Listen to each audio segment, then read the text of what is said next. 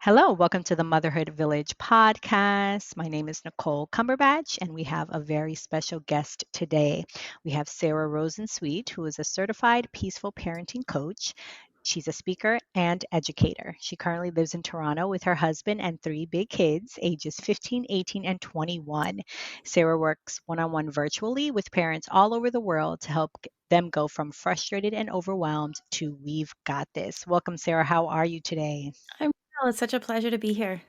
Thank you. Awesome. Okay, before we go into the meat and potatoes of it all, let's go into our icebreaker round. What is your favorite book or one you would like to recommend?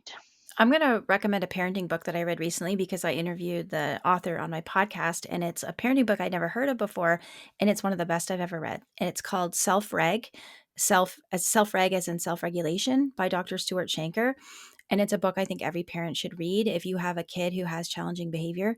It really helps you understand that behavior from a nervous system perspective.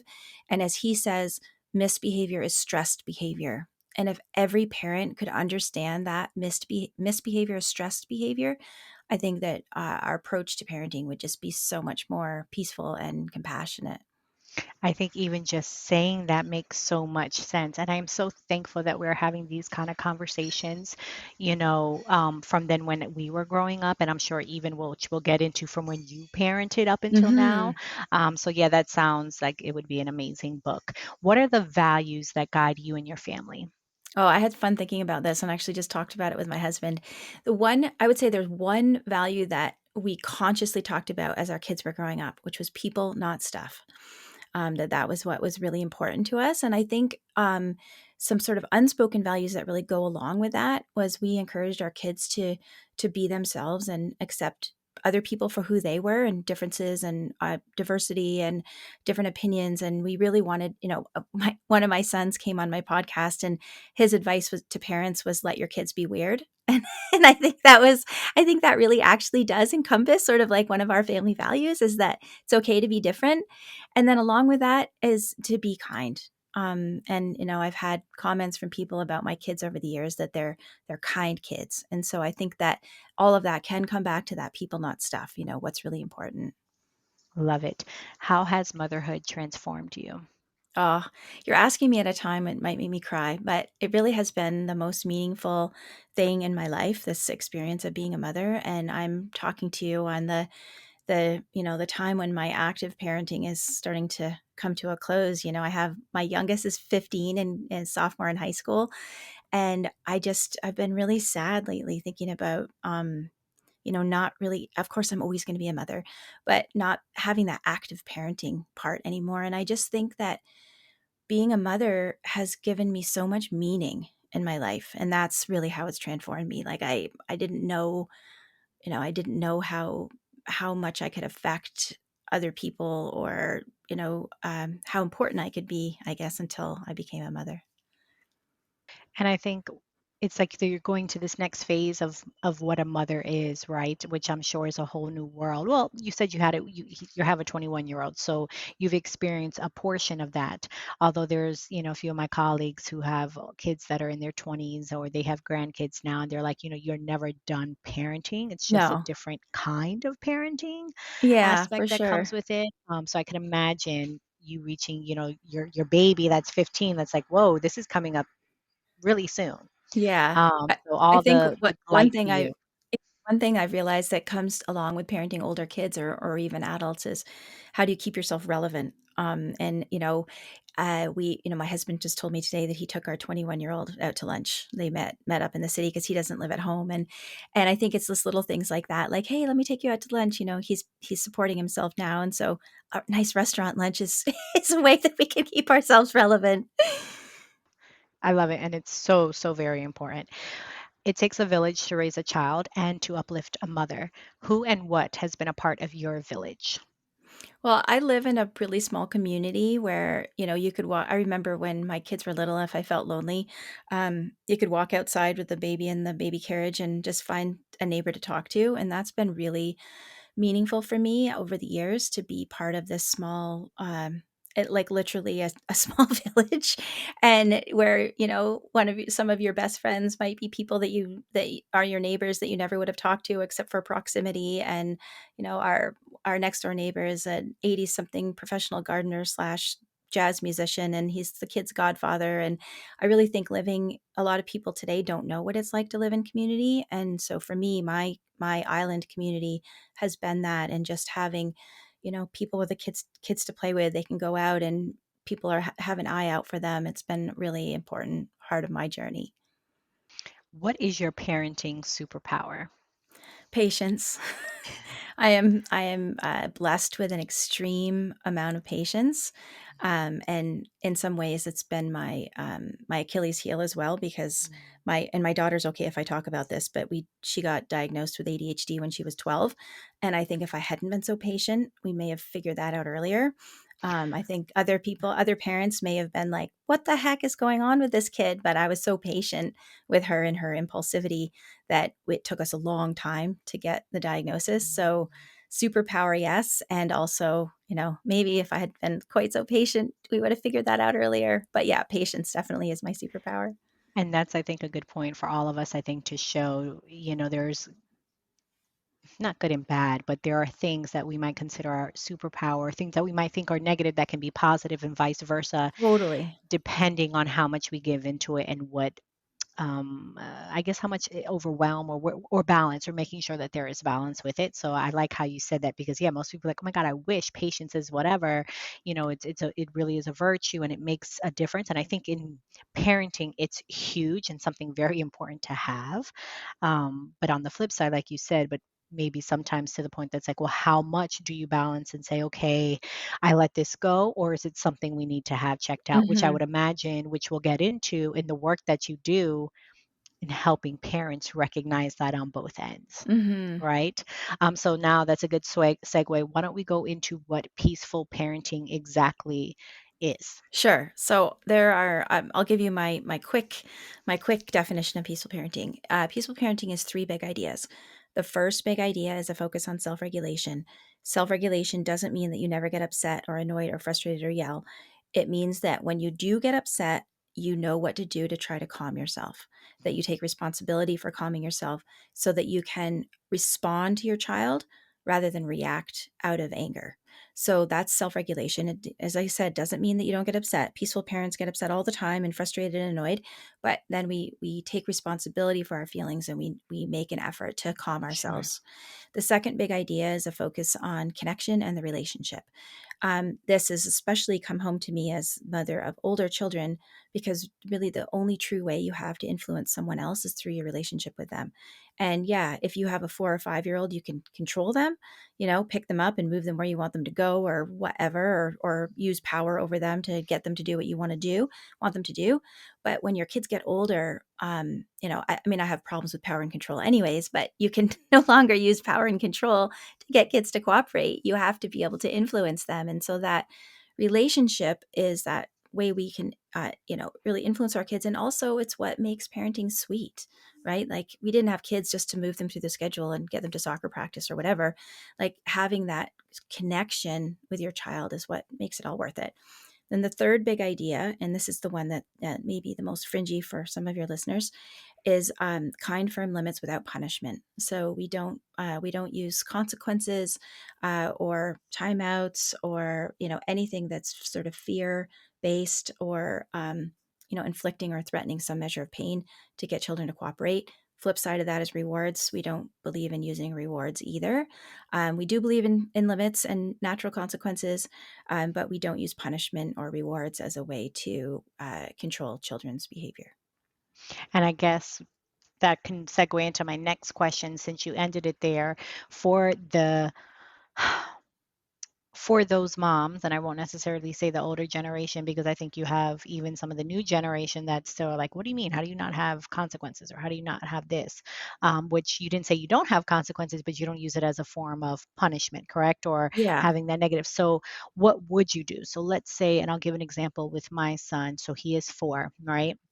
So we are trying to show him how to self-regulate. And my husband and I, mainly me, because I'm more of the emotional one to begin with. So I really try and self-regulate. I really try and watch my emotions because I know we are at this age where he's a sponge and taking really from my husband and I. And if I really want to have him do certain things, I need to emulate that as well, right? I need to truthfully be it.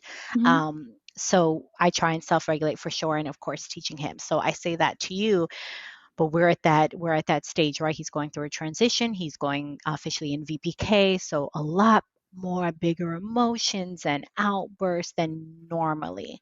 Um, how would I then, in that moment, if he is having a tantrum or threw something or whatever, or wasn't just listening, completely ignored us after doing what, and we've asked him now 10 times, give Mhm. an example of what you would recommend for someone in my shoes to do.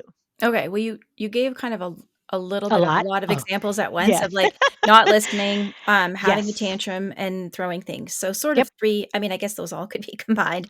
But, Yes. But you could so break down whichever is okay, more. so first of all, asking 10 times just teaches kids to ignore us, right? So one of the first Mm, things that I would teach you if you were my client is how to get his attention in an effective way. mm, So you don't want to be calling out across the room, because often little kids really, they get engrossed in what they're doing. yes. They can be, it seems like they hear us, but they don't really hear us, or he might just not like what you're asking him to do. So if he knows you're going to ask him 10 times, he's going to wait until the 10th time, right? Or until you get Yeah, upset or I whatever. gotcha. So Mhm. getting his attention in an effective way. And if he still doesn't want to come along with you, with a 4-year old, your best friend is play. How can you do what we call finding a win-win solution? So Mhm. how can you engage him in, I don't know if he loves Paw Patrol, or, what most 4-year-olds love Paw Patrol, Yes, right? yes, So yes. so like, oh, it's time for our mission. I don't know the characters, but, I like, gotcha. you're this Yes. guy and I'm that guy. Like, I remember when my son was that age, he loved this show called Blue's Clues. And it was like, you could say anything. You'd be like, look, a clue on the garbage can. Like, let's go put this in the garbage. And he'd, like, run Mm, right over, like, a clue, a clue. So, engaging kids in play, like making it fun, making a race. So that's a great way to get that cooperation that you need. sure, And then I'd say the throwing things and tantrums, that's sort of another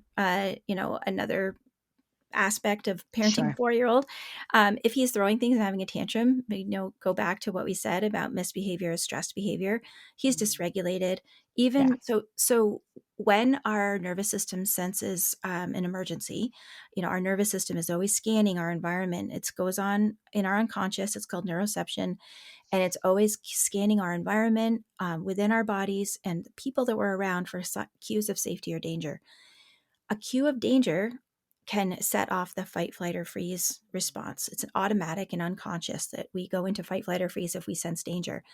A child's own big feelings of overwhelm, frustration, disappointment can be enough to set off that emergency response. The body can't tell the difference between a real threat and a perceived threat. So your 4-year-old might be reacting as if, a tiger just jumped out in front of him yeah, in the woods, when you've just really just told him, we're turning off the iPad. That sense of disappointment and overwhelm is enough to hijack him and to get him dysregulated. So if we can remember that when he's having a hard time, and that's one of our wonderful peaceful parenting mantras, is he's not giving you a hard time, he's having a hard sure. time. So he's having a very hard time right now. How can you empathize with him? The only time anyone ever wants to calm down is when they feel understood and empathized with. So, oh, buddy, I know how much you want to keep watching Paw Patrol. It's your favorite show. Oh, and I bet when you're a grown up, you're just never going to turn off the TV. You're just going to watch TV all night. You know what, though? It's time for bed. We do need to turn off the iPad. So he may still have some strong feelings about it. He may still need to cry. And that's okay. He can cry, he can have his feelings. And that, Mhm. you said you're trying to teach him self regulation. The only way he will learn self regulation is through, and this is a nervous system thing, it's not just my opinion or a nice, peaceful parenting idea. The way he learns self regulation is through co regulation. As humans, that's the only way we learn how to self regulate, is through the experience of experiencing regulation with another person's nervous system. So, you and your husband being the calm and compassion that you bring to him when he's having a hard time, he's actually going to be able to borrow that calm from you. And so that over time, that's how you're going to wire his reactions, wire his brain to be able to know this is not an emergency. I can handle these big feelings. They will pass. And that's the only way that you're going to teach him self-regulation, which is actually different. And going back to the book I mentioned, self-regulation is different than self-control. Stuart Shanker differentiates between the two. Self-control, you can shut down a response. You might see a child, if they're afraid enough or feel alone enough, they could shut down their big emotional response and stop crying and be quiet. But inside, they're still incredibly stressed, right? Their cortisol levels are high, their blood Sure. pressure is high, their heart rate is fast. So self regulation and self control are not the same thing. What you really want him to do is actually to be able to calm himself, be able to know it's not an emergency. And he'll also appear calm on the outside, but he'll actually be calm. And, I've talked to other peaceful parenting therapists on my show, and I love talking to people that already kind of talked to because I get different, and not different, it's all in essence the same, but it's just a different aspect of it. And a lot of what I know of peaceful parenting started because of my podcast and talking to different therapists. So I'm very thankful because of what you're saying is actually a lot of what we've done. What Cool. I notice is when I'm having my own stressful day, that's when it to me is the hardest part, because then everything, or it feels like at that moment I've forgotten everything and I want to go back to the because I said so, get over here, we have to go to bed, it's time. And where before I would have knelt down to him, I know, hey guy, exactly what you said. I know you really love the show and we can, watch it again tomorrow, but we really, the whole Hmm. spiel, and Hmm. giving him a big hug when he starts to cry and letting him kind of have the moment and have his feelings. But it's the moments where I'm stressed or I need Yeah. him to go to bed because I have 30 emails to go through my Yeah. inbox. Or That's when podcast to issues. take. Yeah. Exactly. That's So where it comes that's a little why more. our first big idea is self-regulation, because Yes. you can know all of those skills and tools that you just mentioned that you already Yes. practice, but if you can't stay calm in the moment to practice them, then they're useless, right? Sure. So that's why we always start with self-regulation, and always, if we're struggling, and that's where we always come back to. Now, let me ask, because you have older children, um, what was your profession before becoming a peaceful parenting coach? And did you always, I guess, or when did you start learning about the peaceful parenting Yeah. techniques to then apply it to your own family? So I always thought I would be a teacher. Like that was, when I was in university, I had like an English and history major. I thought I would be a teacher. But then I spent my 20s doing all sorts of fun things, including, I was a teaching assistant at a Montessori school. I waitressed. And then my about 5 years before I had kids, I worked in the film industry as a costume designer, assistant costume designer. And Very I cool. loved that job so much. I loved working in wardrobe. It was just like the best job. But it was minimum 60 to 70 hours a week. Like it was a really, really intense work hours. And I got pregnant, fully intended to go back after 1 year of my mat leave, because in Canada we have a year mat leave, which is amazing. Yes. And my boss said, great, you can have your job back after a year. And then as soon as I had my son, I was like, oh my gosh, there's no way I'm going to be able to go back to 60, 70 hours a week of work. And my husband worked in the same field, so he also worked very long hours. So he would have been raised by a nanny, like really, I wouldn't have seen him except for on the weekends. So I very reluctantly realized that I'm not going to be going back to film.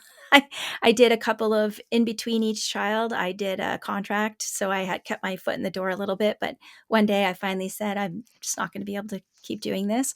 I went to Mm. teachers college and decided that I didn't want to be a teacher. So that was like, oh, now what am I going to do? No, yeah. I had a third child, and then I pretty much stayed at home for about 12 years. I did a lot of things on the side, but I wasn't, working out in the world very much. And then when my youngest went to kindergarten, I was like, okay, what am I going to do now? My husband has the soul of an entrepreneur, and he said, you should start your own business. And I actually didn't want to. Like I wanted to get a job where I could just work for someone else. But I realized if I want to be around, flexibility, if someone's sick, Mm. I couldn't think of anything I wanted to do. So I had a friend who was a life coach at the time, and I thought I could be a parenting coach, because just to backtrack a little bit, when I had my kids, I think you can probably relate, sort of a type A personality, that you like never stop learning, like never stop wanting to do the Yes. professional development, even if you don't have a job. Or any kind So of development, yeah, and I want to write a book and yeah. why and putting on, yes, Yeah. 100%. Yeah, I figured Yes. that was you. So my Yes. professional development was like as a mom, right? Like I started out following sort of attachment parenting when my son was born. And then when he was about 1.5, I remember he was crying one day and this family friend said, I went to pick him up and his family friend said, "Oh, don't pick him up. He's just manipulating you." And I started to notice all of this really contradictory advice to how I had been Yes. raising him the first year and a half of his life about, having, you should give timeouts and like blah, blah, blah. So this was back in 2002. Like this was, Wow. a long, long time ago, aging myself. Um, and there wasn't much out there in terms of peaceful parenting books or anything. I found Alfie Kohn, who I'd highly recommend to anyone who wants Mhm. to know more about the sort of the philosophy and the research behind this kind of parenting. I found Alfie Kohn, and there was a magazine called Mothering Magazine. That was a natural family living magazine. And, through the years, I think I just really practiced this kind of parenting intuitively. And Alfie Kohn was a big one for not using punishment or rewards. And then I'll never forget when my oldest son was, I think it was probably 2012, I got my hands on this book called Peaceful Parents, Happy Kids by Dr. Laura Markham. And I read it and I was like, oh my gosh, there's a name for this kind of parenting that I've been doing. It's called peaceful parenting. And shortly after that, I was when I decided to start my coach business. Shortly after that, I learned that Dr. Laura was doing a coach training. So I trained with her, which was so I was so fortunate to get in and do training with her. She's amazing. And that was I started my business about 8 years ago. So that was Wow. my journey from costume design to peaceful parenting coach with a segue of teaching in the middle. No, but I love that. And I love how you said intuitively, because that's kind of where I was leading towards, was going to be my question, was like, wow, it sounds like it's something you just felt like, no, if the baby's crying, like I need to kind of see what's going on. I Yeah. also never believed in that as well. First of all, I mean, I struggled so much postpartum. I couldn't hear him cry. I had that. I was the empath type parent, and I still, I think, have a lot of that, a lot of postpartum anxiety. So seeing him cry for me, or even feeling, I was like, no, like, there's a reason why he's crying. I couldn't just let him cry in the middle of the night, It's communication, right? very much communication. He just can't say the words. So I love how you said intuitively you knew that. And wow, 8 years in. So let me ask, have you seen changes? It sounds like you still continue to, continue to have the education for this, right? So I guess I Yeah. should ask, do things change in the field of that? Like what have you seen the biggest difference, now that we are in 2022, compared to when you kind of started it, as a coaching business 8 years ago? And I'll add into there, because maybe you can put it together. What has it connected you with your children, and what changes have you seen, do you think, had you maybe not gone that way? Like, Mhm. where has it really helped you parent, especially your oldest child, in the day and age that we're Mhm. in the Yeah, so 2000s? I think going back to 2001, 2002, when firstborn, he was 2001. This, as I said, there weren't resources Hmm. that were supportive of that kind of intuitive parenting that I was feeling like I wanted to do. And my kids were not easy kids. Like, I think, I want to just add that in there too. Like, I Sure. have three incredibly strong-willed kids who were, they're amazing, but they weren't, they were not easy. They weren't So just like, "Sure, mommy," and yeah. they just went about. Yeah. Exactly, exactly, and I just wanna point that out because people often will say like, "Oh, sure, if you've got easy kids, you don't have to use punishment or consequences," but, like, I mean, my kids have never been punished a day in their life, but that doesn't mean that they've never misbehaved. I was thinking today about, one time when my middle son was 5 and he scratched his name in our car with a rock. Like, there've definitely been things that you kind of go, like, if there was a time for a consequence, it might be this, but really, how is that consequence gonna help him do better the next time? Anyways, I'm Sure. digressing, but what I think one of the biggest differences is that today people are aware of peaceful parenting, conscious parenting, gentle parenting, positive parenting, Sure. whatever you wanna call it. It's not as fringy as it was 21 years ago. So I think Mhm. that's a really big difference. Even I notice a difference even from when I started my business until now. Like there's just so much more out there. There's so many more books. There's so many more people talking about it. And so I think that's really great. Like I think we're really moving in the direction of, a kinder world, really, and people realizing that even repercussions of the justice system, really does punishing people turn them into better humans. Our Sure. jails wouldn't be so full if that worked, right? Like that Sure. there got to be other supports in place. People need help, right? They don't just need to slap on the wrist and lock you up for 20 years or whatever. So Mhm. I think that's been a big difference. It's just an attitude. I forget the next part of your question. Oh, and then how have you seen changes, I guess, in parenting your children in the sense of not having regrets, but well, I guess you said it because you're like your children. First of all, I'm sure you had three different children. You had three children. So I can see if maybe you just had one and someone can say, oh, well, maybe your son or daughter, like you said, they were easy or they were super well behaved that they just did what you say. But you had three children. So I would even statistically, you might have one that's like, okay, a little bit more. Like me, between my sister and I was kind of, my parents never asked me about my homework. Like I just did the things, right? I just did what I was supposed to do. So you've had three very different children. So I guess like how have you even seen or how's your parenting changed as your children have gotten older and seen changes, I guess. Like, I'm always so fascinated with parents who have older children. I just am because now that I am a mom, I'm like, wow, like, how is it to be a mom 21 years in, especially, goodness, my son will be 5 and things have changed from 5 years ago. So I Hmm. guess what I'm trying to say is, what have you seen change even within your own parenting with it all? And then I'm going to jump into asking some other ways like parents can connect Sure. with their kids. But Yeah. yeah, it's just I'm always so fascinated with parents with older kids because I can't even imagine being there. Yeah. Well, Be- I think one thing that I wouldn't exactly say this has changed, but it's been sort of proven that you can trust that kids will develop into the people that they can become.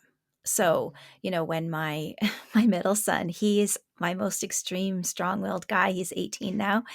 And when he was little, my husband was like really worried about him. Like he's going to grow up. He used to always say he's going to grow up and get punched in the face. Like that was his like he's going to Because say he the challenged. yeah, Mhm. he was so like you can't tell me what to do. Like Yeah. I mean, I'll share a quick story. Once when he was in middle school, he was telling me that he wanted he was thinking about going out for flag football, and we sort of had a rule against football, like tackle football in our family because of head injuries. Yeah. And so my husband came, so my son said, I want to go out for flag football, but I don't know because it's before school and I don't know if I want to get up that early. And I said, well, you could try it one day and see what you think. And then so he came home that day and he said, yeah, I decided I'm not going to do it. It wasn't that fun and I don't want to get up that early. My husband comes in the room and says, what are you two talking about? And my son says football, and my husband says you are not playing football, and my son says I am, yes I am, and I was just laughing on the side because it just 30 seconds ago he told me he didn't want to do it, but as soon as my husband said you can't do it, he was like I'm doing it and you can't stop me, right? That's the kind of kid that he is. And of course my husband had a laugh once he heard the whole story, but I and even he's a lovely human being, and he's just graduated from high school. He's taking a gap year.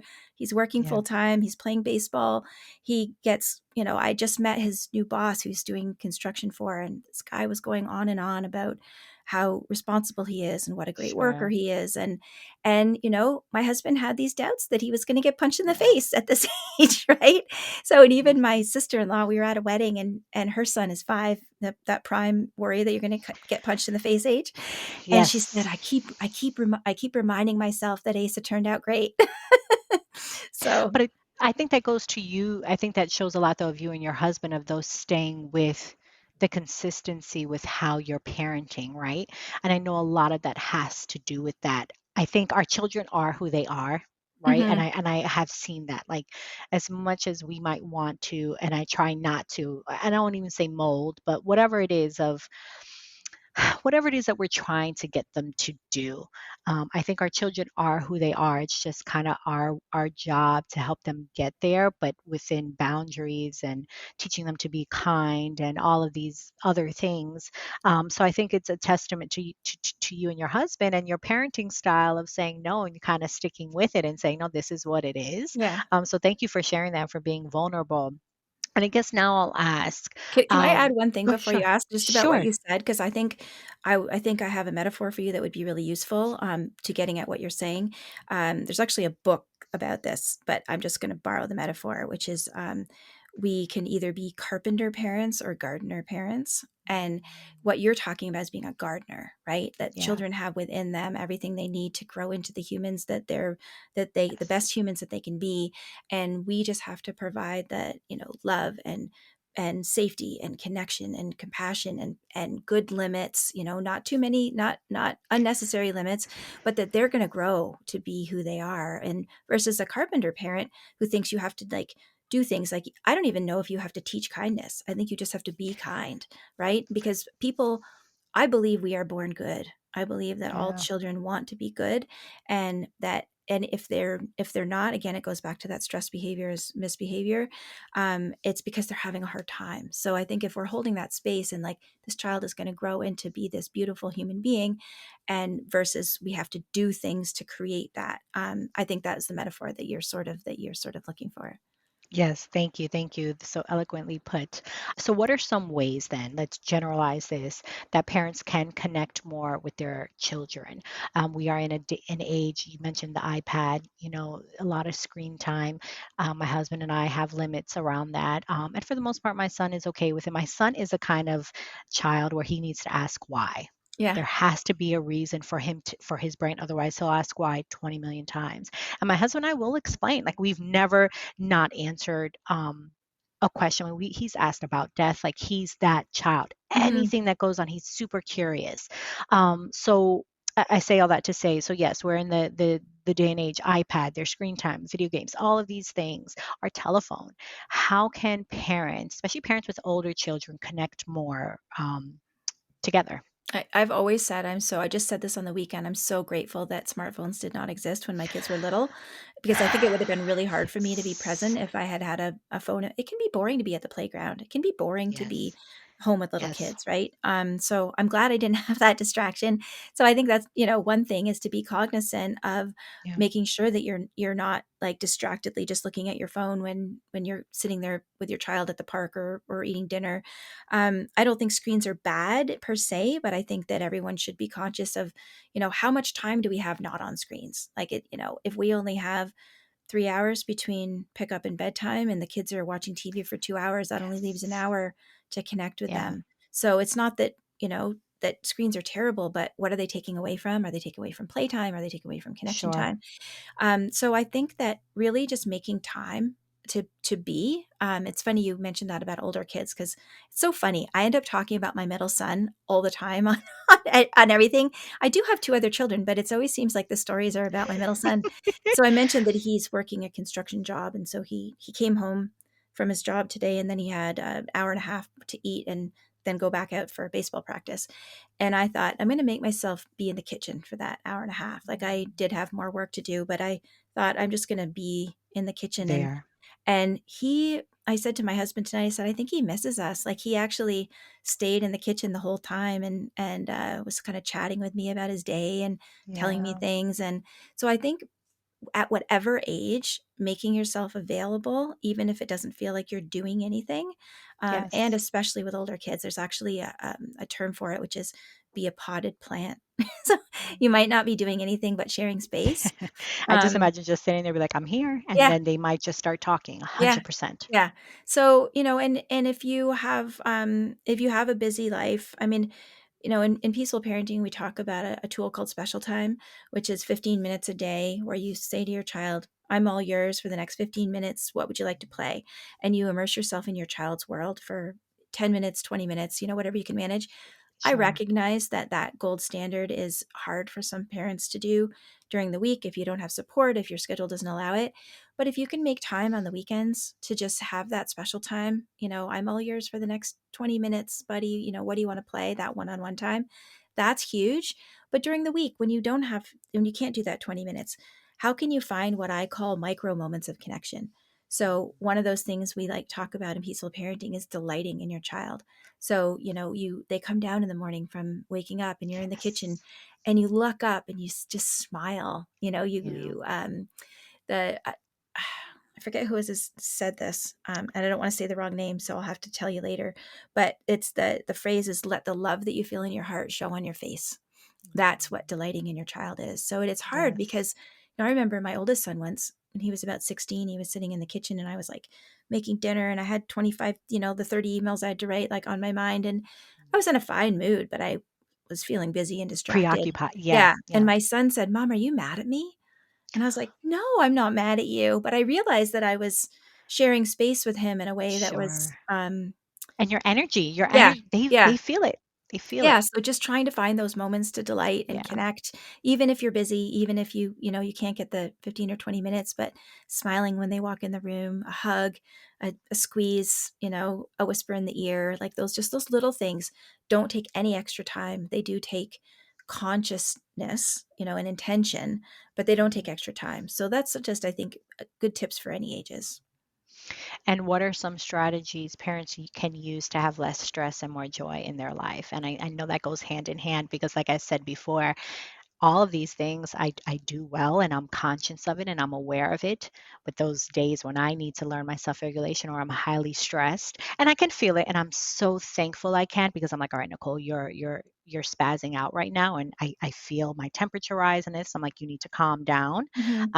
because it's not his fault you're running behind and that you have to write the 30 emails, right? Mhm. Mhm. So, how can parents or how do you suggest and what are some strategies you teach with your coaching to have less stress and more joy? Yeah, well, I mean, one thing is like strategic and one thing is just mindset. So the mindset Mm, thing I think is to be more compassionate with yourself. If we're running around beating ourselves up about everything that we didn't do or everything we wish we'd done differently or I can't believe I did that, that is going to negatively impact our parenting and make us more stressed out. So having more compassion for ourselves, like, of course you're exhausted, or of course this is hard that he's lying on the floor screaming, and whatever. Like anybody in my position would be having a hard time. If someone can't see me, I intuitively I put my hand on my heart when I say that because I find that comforting to myself.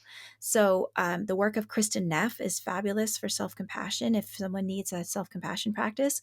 But I think that's a really great way for parents to feel less stressed is just to be kinder to themselves and more compassionate with themselves. yes. And I think another piece is to try and do less. Like kids don't Mm, need five activities. They yes. don't need a big fancy dinner. Like honestly, my kids had eggs a lot for dinner. They had jarred spaghetti sauce and spaghetti a lot for dinner We had with rice and with beans tonight. He had yeah, rice rice and and beans. beans. Oh my gosh, we have rice and beans every week. So don't, you don't have to do anything fancy to have like a nutritious dinner. I mean, that's Sure. just one example, but where can you cut corners? Where can you do less? You don't have to make 50 plans for the weekend. You can just stay home, go to the park. So really just trying to have fewer demands on yourself as a family, I think will really decrease the overall stress in the home. And also that goes back to the being there advice that I just gave.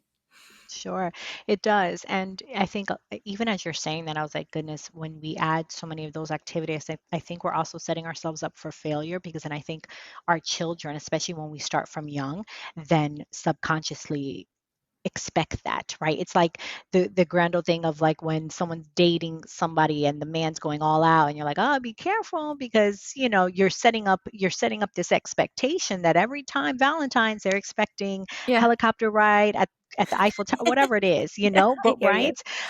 So it's like if we're doing that for our children so young, it's like this expectation. It's like every time they get a toy or whatever it is, um, subconsciously. And again, you can't knock them for understanding that when there's a pattern Yeah, that like, what's the this is what next it is. thing, right? Like, what's the next Exactly. thing? As And that opposed goes to just back being like, to okay, the let's be bored. yeah, Go the ahead. people, not stuff, I was gonna say, like, just being together and Yes. not having a lot of activities or a lot of, new toys or whatever, but just, having that, and as Yes. you said, like, if you are constantly filling your children's time with things and activities and stuff, then they Sure. won't have that rich inner life where they can entertain themselves and know what to do, For and you won't sure. have as much time with them. I totally agree. Um, how do you release, reset, and recharge? What do you do? And I love that you've dropped a lot of resources. One of the things that I add to my show notes are resources from that a guest has mentioned. So I love this because you'll have a lot. But so I know you read, you're constantly immersed in that, and I love that. But what else do you do to make sure that you are taken care of and that you're at your best? I try to get sleep, try to get Mm. at least 8 hours of sleep a night. And that's actually something I talk with parents a lot about, parents that I work with, because I think a lot of parents, in order to try and recharge themselves, they'll stay up late, but then they're Yes. exhausted. Yes. And so, yeah, are you guilty of that? I am at some, well, you know what? And I'll quickly say this before you jump in because I think it's important for my listeners to hear, especially those starting a business. So I just started my entrepreneur journey last year. I left corporate. Now I've had my podcast for a couple of years and I'm just now starting this aspect of it as a business, but leaving corporate altogether was last year.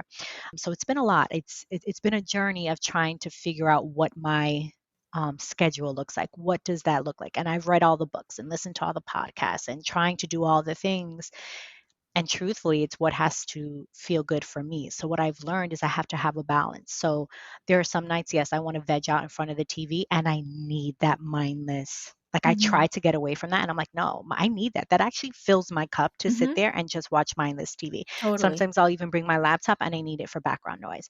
Then there's other days I know my body, I have to go straight to bed early. So I've Hmm. just been learning for me is listening what I need at that moment. And it could be watching TV, it could be going to bed early, it could be sitting in my office and fully immersing myself in work.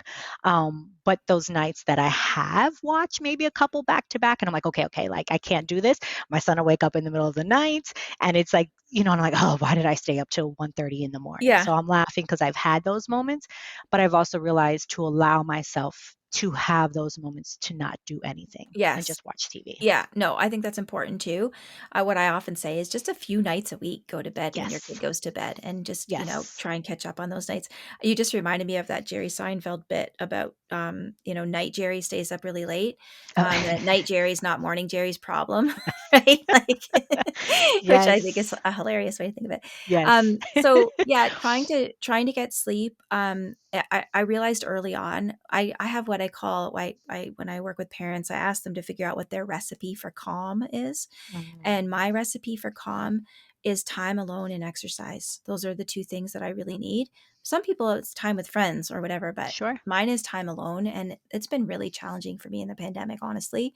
Yeah. My kids were at home doing virtual school, my husband still working from home. I love my husband, but he's at the office 3 days this week, and my kids are at school, my daughter's at school, my son's working, and I am like happy dance. Like I just, because it's like time alone in my house. Like that's really what fills me up is just being alone in my house. Yes. So, trying to get exercise every day, trying to get that time alone. As you mentioned, I love to read. I've sort of been reading a lot of kind of trashy beach read novels this summer, which is a lot of Just yeah. fun. Yeah. Yes. Baths. I take a bath every day. Love I it. started that in the pandemic, actually. I used to take a bath maybe once or twice a week, but in the pandemic, I started every day I take a bath because that's really like my alone time. No one will Yeah. ask me anything. They know, like, leave mom alone if she's in the bathtub. I love it. And do you outsource any tasks? I love asking this question because I love to hear whether business or personal, what tasks of yours you're like, you know what, I'm not touching that because my time is more Yeah, valuable. 100%. So if you don't mind sharing, what are Sure. maybe some things that you outsource? Yeah. So I outsource my cleaning. I started that maybe 5 years ago, having a cleaning person, which is amazing. We didn't have it for 2 years in the pandemic, which I really missed, Yes. but we have cleaning people back again, which I love. And my grocery shopping, I outsource. I do like an online order and then my kids pick it up. Love it. So that those are two big things that I outsource personally. In my business, I have someone who does probably about 10 to 15 hours a week of virtual admin stuff for me, including a lot of my, she's more than a virtual admin. She does a lot of my content also. So I have like a right hand person in my business. She does a ton for Sure. me. Then I also, as we talked about before, I have a podcast manager who Mm, does all of my podcast stuff. So I think love that's it. it. Yeah. I love it. And I love like it's crazy because like our generation, our moms, like they cleaned and they did everything.